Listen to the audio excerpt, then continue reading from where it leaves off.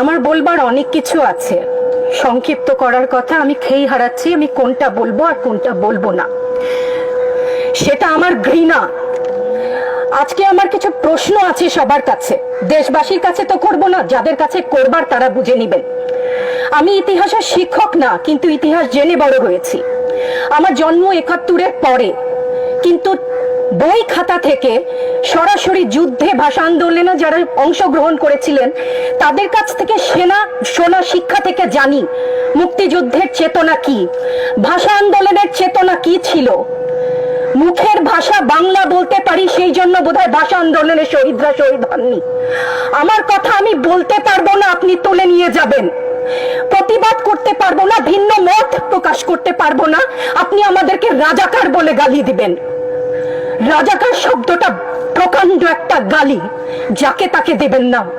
আমি অনুরোধ করছি না, আপনাদেরকে বলে দিচ্ছি। ছাত্রদের কথায় আমি কিছুটা পরে আসছি, সেখানে আমাদের সহকর্মীরা যারা বলেছেন সেখানে আমি পূর্ণ একমত।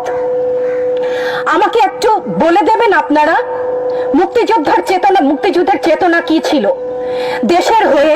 আপনারা বলবেন যে যারা শুধুমাত্র আমার বাবা মুক্তিযোদ্ধা ছিলেন তাই আমার অধিকার প্রাপ্য অনেক কিছু, সেখানে পূর্ণ সহমত।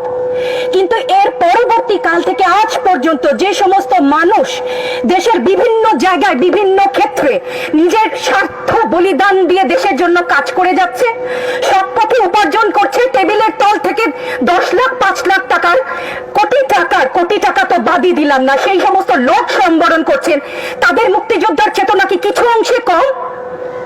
সেই প্রতিবাদ করলে আপনি আমাদেরকে বলবেন রাজাকার। রাজাকারের বাচ্চা, এটা প্রকাণ্ড গালি, যত্রতত্র দেবেন না।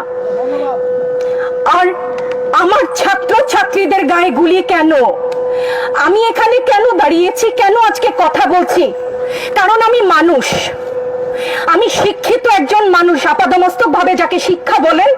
সেখানে আমি জানি মুক্তিযোদ্ধার চেতনা যদি কিছু আমার ভেতরে বিদ্যমান থাকে, আমি জানি অন্যায়ের প্রতিবাদ করতে হবে।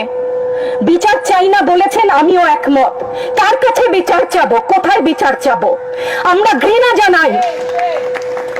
আমার ছাত্রদের গায়ে আমি সারা রাত ঘুমাতে পারি না, তাই এসছি যে আজকে যদি কিছু বলে যাই এক পলক ঘুমাতে পারি। যেই বাবা মার বুকটা খালি হয়ে গেছে, তাদের ঘরে কি চলে, কোথায় আছে তারা, কিভাবে আছে?